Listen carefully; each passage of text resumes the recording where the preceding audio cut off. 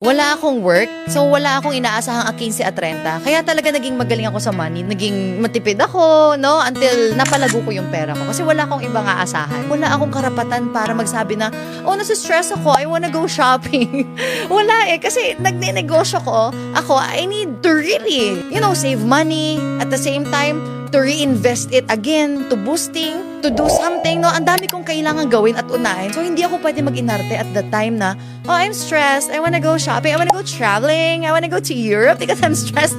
Ay, girl, hindi talaga pwede yun. So, what I did that time, talagang sabi ko, how to be motivated to feel good. Kaya doon ko naisip na, siguro kinig lang ako ng music, I'll feel good. Diba? Ay, nasa-stress ako, mga ganyan. Oh, siguro kinig lang ako ng music, I'll feel good.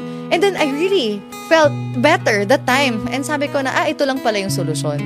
Eh, yung mga kasabayan ko na ng mga, syempre, teenagers din, no? I'll go pigging out, mga ganon. Sabi ko, buti ka pa may pangkain sa labas. Ako hindi. Ano na lang. Just brain conditioning that is, that is practical for you.